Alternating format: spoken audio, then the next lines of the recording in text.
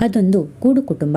ನಾರಾಯಣ್ ಮತ್ತು ವಾಸು ಇಬ್ಬರು ಅಣ್ಣ ತಮ್ಮಂದಿರು. ವಿವಾಹವಾಗಿ ಒಟ್ಟಿಗೆ ವಾಸಿಸುತ್ತಿದ್ದರು. ನಾರಾಯಣ್ ಪತ್ನಿ ಭಾನುಮತಿ. ಇವರಿಗೆ 3 ಜನ ಮಕ್ಕಳು. ವಾಸು ದಂಪತಿಗೆ ಒಬ್ಬ ಮಗನಿದ್ದ. ಮಕ್ಕಳೆಲ್ಲರೂ ಓದುತ್ತಿದ್ದರು. ಹೈಸ್ಕೂಲ್, ಕಾಲೇಜಿಗೆ ಹೋಗುವ ವಯಸ್ಸಿನವರು. ನಾರಾಯಣ್ ತಮ್ಮ ವಾಸು ಬಿಸ್ನೆಸ್ ನಿಮಿತ್ತ ಆಗಾಗ ಬೇರೆ ಊರಿಗೆ ಹೋಗುತ್ತಿದ್ದರು. ಒಂದು ದಿನ ರಾತ್ರಿ ನಾರಾಯಣ್ ಪತ್ನಿ ಭಾನುಮತಿ ಮತ್ತು ವಾಸು ಪತ್ನಿ ಸವಿತಾ ಇಬ್ಬರು ಮೇಲಂತಸ್ತಿನ ಕೋಣೆಯಲ್ಲಿ ಮಲಗಿದ್ದರು. ನಾರಾಯಣ್ ತನ್ನ ಹಿರಿಯ ಮಗ ಧನುಷ್ನೊಂದಿಗೆ ಮಲಗಿದರೆ, ಉಳಿದ ಮಕ್ಕಳು ಕೆಳ ಅಂತಸ್ತಿನ ಒಂದೇ ಕೋಣೆಯಲ್ಲಿ ಮಲಗಿದ್ದರು. ಎಂದಿನಂತೆ ಬೆಳಿಗ್ಗೆ ಎದ್ದು ಕೆಳಗೆ ಬಂದ ಭಾನುಮತಿ ಮತ್ತು ಸವಿತಾ ಕಿರುಚಲು ಪ್ರಾರಂಭಿಸಿದರು. ಅವರ ಕಿರುಚಾಟ ಕೇಳಿ ಅಕ್ಕಪಕ್ಕದ ಮನೆಯವರು ಸೇರಿದರು. ಕೆಳ ಅಂತಸ್ತಿನಲ್ಲಿ ರಾತ್ರಿ ಆರಾಮವಾಗಿ ಮಲಗಿದ್ದ ಗಂಡ ಮಕ್ಕಳೆಲ್ಲರ ಹತ್ಯೆಯಾಗಿತ್ತು. ಎಲ್ಲರನ್ನೂ ಹರಿತವಾದ ಚೂರಿಯಿಂದ ಚುಚ್ಚಿ ಒಂದೇ ರೀತಿಯಲ್ಲಿ ಕೊಲ್ಲಲಾಗಿತ್ತು. ಅವರಲ್ಲಿ ಒಂದೇ ಕೋಣೆಯಲ್ಲಿ ಮಲಗಿದ್ದ ಧನುಷ್ ಮತ್ತು ನಾರಾಯಣ್ ಇನ್ನೂ ಉಸಿರಾಡುತ್ತಿದ್ದರು. ಆದರೆ ಪ್ರಜ್ಞೆ ಇರಲಿಲ್ಲ. ಸ್ವಲ್ಪ ಹೊತ್ತಿನಲ್ಲಿ ಪೊಲೀಸರು, ಡಾಗ್ ಸ್ಕ್ವಾಡ್, ಬೆರಳಚ್ಚು ತಜ್ಞರು ಆಗಮಿಸಿದರು. ಆದರೆ ಅಕ್ಕಪಕ್ಕದವರು ಯಾರಿಗೂ ಈ ನರಮೇಧದ ಸಣ್ಣ ಸುಳಿವು ಸಿಕ್ಕಿರಲಿಲ್ಲ. ಯಾಕೆಂದರೆ ಇಷ್ಟು ದೊಡ್ಡ ಕೊಲೆಯಾದರೂ ರಾತ್ರಿ ಇಡೀ ಯಾರೊಬ್ಬರ ಕೂಗಾಟ ಕಿರುಚಾಟದ ಯಾವ ಸದ್ದು ಕೇಳಿಸಲಿಲ್ಲ. ರಕ್ತಸಿಕ್ತ ಹತ್ಯೆಯನ್ನು ಕಂಡು ಮನೆಯವರ ಆಕ್ರಂದನ ಮುಗಿಲು ಮುಟ್ಟಿತ್ತು. ನಾರಾಯಣ್ ಪತ್ನಿ ಭಾನುಮತಿ ಆಘಾತವನ್ನು ತಾಳಲಾಗದೆ ಮೂರ್ಛೆ ತಪ್ಪಿ ಬೀಳುತ್ತಿದ್ದಳು. ಕೋಣೆಯಲ್ಲಿನ ವಸ್ತುಗಳೆಲ್ಲ ರಕ್ತಸಿಕ್ತಗೊಂಡಿದ್ದವು. ಗೋಡೆಯಲ್ಲಿ ಬೆರಳಚ್ಚಿನ ಗುರುತುಗಳಿದ್ದವು. ಬೆರಳಚ್ಚು ತಜ್ಞರು ಸಿಕ್ಕ ಮಾಹಿತಿಯನ್ನೆಲ್ಲ ಒಂದೂ ಬಿಡದೆ ಕಲೆ ಹಾಕತೊಡಗಿದರು. ಆಸ್ಪತ್ರೆಯಲ್ಲಿದ್ದ ನಾರಾಯಣ್ ಹಾಗೂ ಪುತ್ರ ಧನುಷ್ ಕೂಡ ಚಿಕಿತ್ಸೆ ಫಲಕಾರಿಯಾಗದೆ ಸಾವನ್ನಪ್ಪಿದರು. ನಂತರ ಪೊಲೀಸರ ತನಿಖೆ ವೇಗವಾಗಿ ಸಾಗತೊಡಗಿತು. ಅವರ ಇನ್ವೆಸ್ಟಿಗೇಷನ್ ಪ್ರಕಾರ ಆ ಮನೆಗೆ ಯಾರೋ ಹೊರಗಿನವರು ಬಂದು ಕೊಲೆ ನಡೆಸಿರುವುದು ತಿಳಿದು ಬರುತ್ತಿತ್ತು. ಆದರೆ ಲಾಕ್ ಮಾಡಿದ ಬಾಗಿಲನ್ನು ತೆಗೆದು ಅವರು ಹೇಗೆ ಒಳಬಂದರೆಂದು ಅವರಿಗೆ ಗೊತ್ತಾಗಲಿಲ್ಲ. ಆ ಮನೆಗೆ 2 ಮುಖ್ಯ ದ್ವಾರವಿತ್ತು.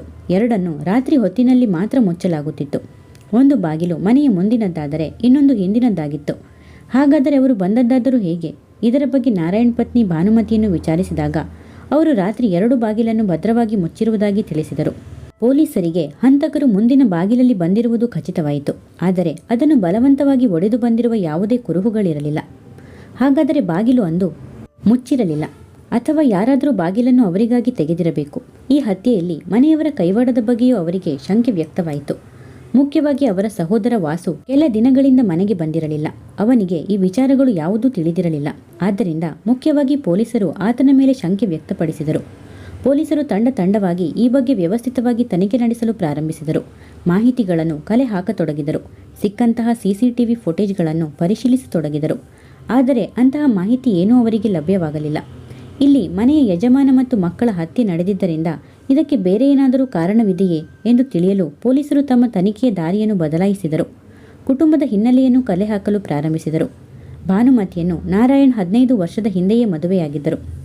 ಇವರ ಮದುವೆಯ ನಂತರ ಅವರ ತಮ್ಮ ವಾಸುಗೂ ಕೂಡ ಮದುವೆಯಾಯಿತು. ಇವರೆಲ್ಲರೂ ಮೊದಲು ಹಳ್ಳಿಯಲ್ಲಿ ವಾಸವಿದ್ದರು. ಅಲ್ಲಿ ಪಿತ್ರಾರ್ಜಿತ ಆಸ್ತಿಗಾಗಿ ದಾಯಾದಿಗಳೊಂದಿಗೆ ಯಾವಾಗಲೂ ಜಗಳ ನಡೆಯುತ್ತಿತ್ತು. ಅದು ಹೊಡೆದಾಟದ ಮಟ್ಟಕ್ಕೂ ತಲುಪುತ್ತಿತ್ತು. ಆದ್ದರಿಂದ ಅವರು ಕೆಲವು ವರ್ಷಗಳ ಹಿಂದೆ ಅವರ ಹಳ್ಳಿಯನ್ನು ಬಿಟ್ಟು ಸಿಟಿಗೆ ಬಂದು ನೆಲೆಸಿದರು.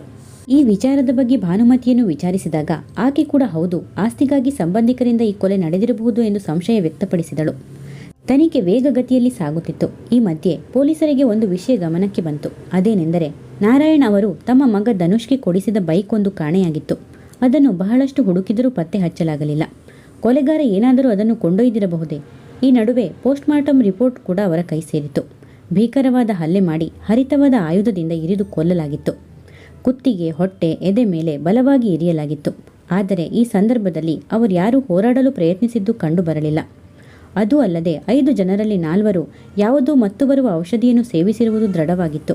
ಹಾಗಾದರೆ ರಾತ್ರಿ ಮಲಗುವ ಮುನ್ನ ಅವರಿಗೆ ಯಾರೋ ಮತ್ತು ಬರುವ ಔಷಧಿಯನ್ನು ಆಹಾರದಲ್ಲಿ ಬೆರೆಸಿ ಕೊಟ್ಟಿದ್ದರು. ಇದನ್ನು ನೀಡಿದವರು ಕೊಲೆಗಾರರೂ ಆಗಿರಬಹುದು ಅಥವಾ ಮನೆಯವರೂ ಆಗಿರಬಹುದು. ಮೃತಪಟ್ಟವರಲ್ಲಿ ಧನುಷ್ ಮೇಲೆ ಹೆಚ್ಚಿನ ಗಾಯದ ಗುರುತುಗಳು ಕಂಡುಬಂದವು. ಈ ಹತ್ಯೆಗಳಿಗೆ ಮುಖ್ಯವಾಗಿ ಧನುಷೇ ಕಾರಣವಿರಬಹುದು ಎಂಬ ಬಗ್ಗೆಯೂ ಅನುಮಾನ ಉಂಟಾಯಿತು. ಕೆಲ ದಿನಗಳ ಬಳಿಕ ಧನುಷ್ ಬೈಕ್ ಒಂದು ಬಸ್ ಸ್ಟ್ಯಾಂಡ್ ಬಳಿ ಪತ್ತೆಯಾಯಿತು. ಅದನ್ನು ಯಾರು ಅಲ್ಲಿ ತಂದು ನಿಲ್ಲಿಸಿದರು ಎಂದು ಪತ್ತೆ ಮಾಡಲು ಪೊಲೀಸರು CCTV ಕ್ಯಾಮೆರಾ ಮೊರೆ ಹೋದರು. ಅದರಲ್ಲಿ ಧನುಷ್ ಗಾಡಿಯಲ್ಲಿ ಯಾವುದೋ ಒಬ್ಬ ವ್ಯಕ್ತಿ ಪ್ರಯಾಣಿಸಿದ್ದು ಅಸ್ಪಷ್ಟವಾಗಿ ಕಂಡುಬಂತು. ದಾರಿ ಮಧ್ಯೆ ಆತ ಗಾಡಿಯನ್ನು ನಿಲ್ಲಿಸಿ ಹತ್ತಿರದಲ್ಲಿರುವ ನಲ್ಲಿಯಲ್ಲಿ ಕೈ ತೊಳೆದು ಪರಾರಿಯಾಗಿದ್ದ.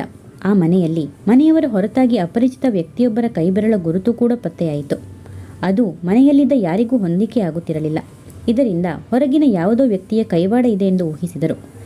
ಈಗ ಮತ್ತೆ ನಾರಾಯಣ್ ತಮ್ಮ ವಾಸು ಮೇಲಿನ ಅನುಮಾನ ಹೆಚ್ಚಾಗತೊಡಗಿತು. ಏಕೆಂದರೆ ಅವರು ಕೆಲ ದಿನಗಳಿಂದ ಊರಿನಲ್ಲಿರಲಿಲ್ಲ.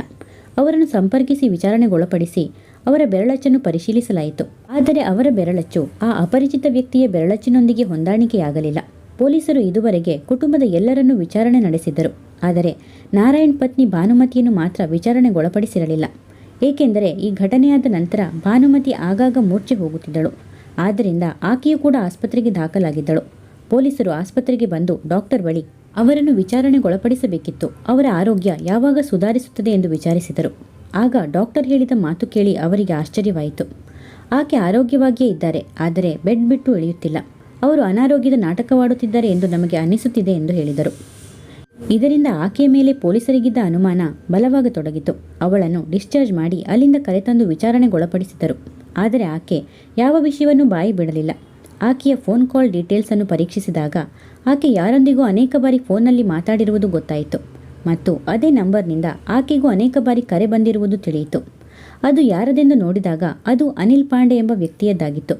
ಕೊಲೆ ನಡೆದ ಹಿಂದಿನ ದಿನದವರೆಗೂ ನಿರಂತರವಾಗಿ ಭಾನು ಆ ವ್ಯಕ್ತಿಯೊಂದಿಗೆ ಮಾತನಾಡಿದಳು. ನಂತರ ತನ್ನಷ್ಟಕ್ಕೆ ಸುಮ್ಮನಾಗಿದ್ದಳು. ಕೊಲೆ ನಡೆದ ರಾತ್ರಿ ಆ ವ್ಯಕ್ತಿಯ ಮೊಬೈಲ್ ಸಿಗ್ನಲ್ ಭಾನುಮತಿ ಇರುವ ಮನೆಯ ಸುತ್ತಲೇ ಇದ್ದಿದ್ದು ಪೊಲೀಸರಿಗೂ ತಿಳಿದು ಬಂತು. ಆತ ಮುಂಬೈ ನಿವಾಸಿಯಾಗಿದ್ದ. ಆತನನ್ನು ಪೊಲೀಸರು ಹುಡುಕಿ ಕರೆತಂದು ಭಾನುಮತಿ ಮುಂದೆ ನಿಲ್ಲಿಸಿದಾಗ ಆಕೆ ಬೆವರತೊಡಗಿದಳು. ಅನಿಲ್ ಸಿಕ್ಕಿ ಬೀಳುತ್ತಾನೆ ಎಂದು ಆಕೆ ಭಾವಿಸಿರಲಿಲ್ಲ. ಸುಳ್ಳು ಹೇಳುವುದರಿಂದ ಪ್ರಯೋಜನವಾಗದು ಎಂದು ತಿಳಿದು ಆಕೆ ಎಲ್ಲ ಸತ್ಯವನ್ನು ಹೊರಗೆ ಉಗುಳಿದಳು. ಅವಳು ಹೇಳಿದಂತೆ ಭಾನುಮತಿ ಅನಿಲ್ ಮತ್ತು ಇನ್ನೊಬ್ಬಾತನ ಸಹಾಯದಿಂದ ತನ್ನ ಗಂಡ ಮತ್ತು ಮಕ್ಕಳನ್ನು ಕೊಲ್ಲಿಸಿದಳು. ಗಂಡನ ಜೊತೆ ಹೆತ್ತ ಮಕ್ಕಳನ್ನು ಕೊಲ್ಲುವಷ್ಟು ಕಠೋರ ಮನಸ್ಸು ಬಂದಿದ್ದಾದರೂ ಯಾಕೆ ಎಂದು ತಿಳಿಯುವುದಾದರೆ, ಭಾನುಮತಿ ಮದುವೆಗೂ ಮುಂಚೆ ಅನುಕೂಲಸ್ಥ ಕುಟುಂಬದಲ್ಲಿ ಬೆಳೆದಿದ್ದಳು. ಮೊದಲಿನಿಂದಲೂ ಶೋಕಿ ಮಾಡುವ ಮನಸ್ಥಿತಿ ಅವಳದು.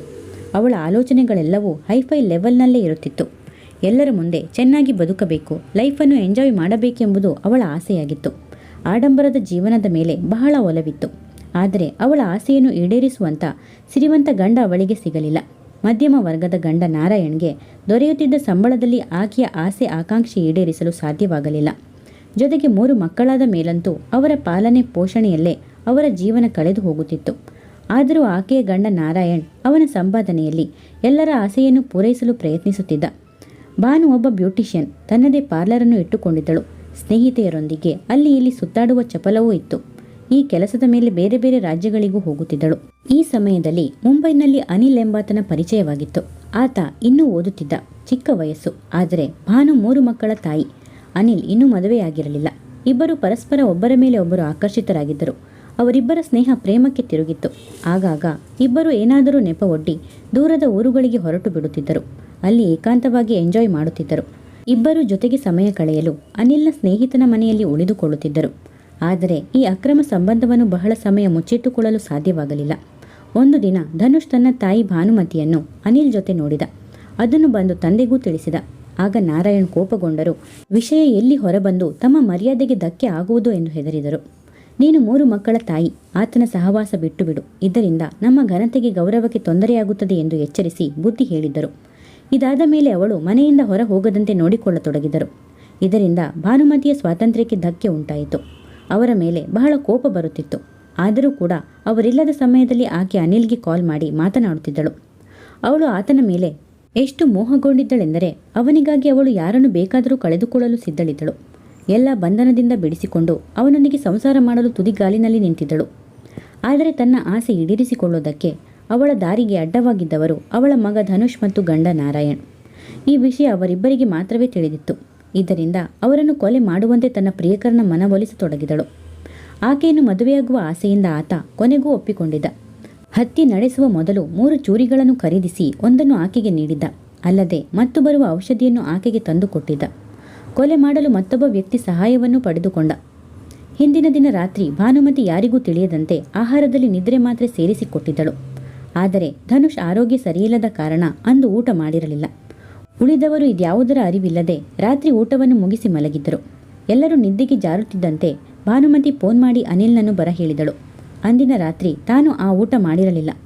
ತನ್ನ ಸ್ನೇಹಿತನ ಮನೆಗೆ ಬಂದು ಉಳಿದಿದ್ದ ಅನಿಲ್ ಸ್ವಲ್ಪ ಹೊತ್ತು ಅಲ್ಲೇ ಸಮಯ ಕಳೆದು ನಂತರ ಇನ್ನೊಬ್ಬ ವ್ಯಕ್ತಿಯೊಂದಿಗೆ ಭಾನುವಿನ ಮನೆಗೆ ಬಂದು ಸದ್ದಿಲ್ಲದಂತೆ ಕೆಲಸ ಮುಗಿಸಿ ಹೊರಟಿದ್ದ. ಅಂದು ರಾತ್ರಿ ಎಲ್ಲರೂ ನಿದ್ದೆ ಮಾತ್ರೆಯ ಪ್ರಭಾವದಿಂದ ಗಾಢವಾದ ನಿದ್ರೆಯಲ್ಲಿದ್ದರು. ಆದರೆ ಧನುಷ್ ಊಟ ಮಾಡದಿದ್ದರಿಂದ ಅರೆ ನಿದ್ರೆಯಲ್ಲಿದ್ದ. ಮೊದಲು ಧನುಷ್ ರೂಮಿಗೆ ಬಂದ ಹಂತಕರು ನಾರಾಯಣ್ ಮುಖದ ಮೇಲೆ ದಿಂಬನ್ನು ಒತ್ತಿ ಕೈಗಳನ್ನು ಬಿಗಿಯಾಗಿ ಹಿಡಿದಿದ್ದರು. ಭಾನುಮತಿ ಗಂಡನ ಕಾಲನ್ನು ಗಟ್ಟಿಯಾಗಿ ಹಿಡಿದು ಅವರಿಗೆ ಸಹಾಯ ಮಾಡುತ್ತಿದ್ದಳು. ಹರಿತವಾದ ಚಾಕುವಿನಿಂದ ಅವರ ಕತ್ತನ್ನು ಕೊಯ್ಯುವ ಸಂದರ್ಭದಲ್ಲಿ ಧನುಷ್ಗೆ ಎಚ್ಚರವಾಯಿತು. ಆತ ಭಯದಿಂದ ಕೂಗತೊಡಗಿದ. ಪ್ರಾಣ ಉಳಿಸಿಕೊಳ್ಳಲು ಅವರೊಡನೆ ಹೋರಾಡಲು ಬಹಳ ಪ್ರಯತ್ನಪಟ್ಟ. ಆದರೆ ಅವನೊಬ್ಬನಿಂದ ಅವರನ್ನು ತಡೆಯಲು ಸಾಧ್ಯವಾಗಲಿಲ್ಲ. ಕೊನೆಗೆ ಆತನನ್ನು ಅವರು ಹರಿತವಾದ ಆಯುಧದಿಂದ ಮನಬಂದಂತೆ ಚುಚ್ಚಿ ಕೊಂದರು. ಜೊತೆಗೆ ಇನ್ನುಳಿದ 3 ಮಕ್ಕಳನ್ನು ಒಂದೇ ರೀತಿಯಲ್ಲಿ ಚುಚ್ಚಿ ಕೊಲೆ ಮಾಡಿದರು. ಈ ಕೆಲಸ ನಿರ್ವಹಿಸಿದ್ದಕ್ಕೆ ಭಾನುಮತಿ ಕೇವಲ 5,000 ಹಣವನ್ನು ನೀಡಿ ತನ್ನ ಮಗನ ಗಾಡಿ ಕೀಯನ್ನು ಅನಿಲ್ಗೆ ಕೊಟ್ಟು ಅಲ್ಲಿಂದ ತಪ್ಪಿಸಿಕೊಳ್ಳುವಂತೆ ಹೇಳಿದಳು. ಅವನು ಗಾಡಿಯಲ್ಲಿ ಸಿಟಿ ಬಸ್ ಸ್ಟ್ಯಾಂಡ್ಗೆ ಹೊರಟು ಯಾರಿಗೂ ಗೊತ್ತಾಗದಂತೆ ಅಲ್ಲೆಲ್ಲೋ ಗಾಡಿಯನ್ನು ನಿಲ್ಲಿಸಿ ತಮ್ಮ ತಮ್ಮ ಊರಿನ ಕಡೆ ಪ್ರಯಾಣ ಬೆಳೆಸಿದ್ದರು. ಇತ್ತ ಭಾನು ಏನೂ ತಿಳಿದವಳಂತೆ ತನ್ನ ಸೋದರಿಯ ಬಳಿ ಬಂದು ಸುಮ್ಮನೆ ಮಲಗಿದಳು. ಬೆಳಿಗ್ಗೆ ಎದ್ದು ಮೊದಲ ಬಾರಿಗೆ ಹತ್ಯೆಯನ್ನು ನೋಡಿದವಳಂತೆ ದುಃಖ ಪಡುತ್ತಾ ಮೂರ್ಛೆ ಹೋಗುವಂತೆ ನಾಟಕವಾಡುತ್ತಿದ್ದಳು. ಕೊನೆಗೂ ಪೊಲೀಸರು ಕೊಲೆಗಾರರನ್ನು ಕಂಡುಹಿಡಿದು ಅವರನ್ನು ಕೋರ್ಟ್ ಮುಂದೆ ಹಾಜರುಪಡಿಸಿದರು. 5-6 ವರ್ಷಗಳವರೆಗೆ ನಡೆದ ಈ ಕೇಸ್ ಕೊನೆಗೂ ಮುಗಿಯಿತು. ಈ ಹತ್ಯೆಗೆ ಕಾರಣರಾದ ಅನಿಲ್, ಭಾನುಮತಿ, ಇನ್ನೊಬ್ಬ ಸಹಾಯ ಮಾಡಿದ ವ್ಯಕ್ತಿ ಎಲ್ಲರ ಮೇಲೆ ಅನೇಕ ಕೇಸ್ಗಳನ್ನು ದಾಖಲಿಸಿ ಅವರಿಗೆ ಜೀವಾವಧಿ ಶಿಕ್ಷೆಯನ್ನು ಪ್ರಕಟಿಸಲಾಯಿತು. ವೀಕ್ಷಕರೇ, ಈ ಕತೆ ನಿಮಗೆ ಇಷ್ಟವಾದರೆ ಲೈಕ್ ಮಾಡಿ, ಶೇರ್ ಮಾಡಿ ಮತ್ತು ಸಬ್ಸ್ಕ್ರೈಬ್ ಮಾಡಿ. ಬೆಲ್ ಐಕಾನ್ ಕ್ಲಿಕ್ ಮಾಡಿ. ಇದರಿಂದ ನನ್ನ ಎಲ್ಲ ವಿಡಿಯೋಗಳ ನೋಟಿಫಿಕೇಷನ್ ಮೊದಲು ನಿಮಗೆ ಸಿಗುತ್ತದೆ. ಕತೆ ಕೇಳಿದ್ದಕ್ಕೆ ಧನ್ಯವಾದಗಳು.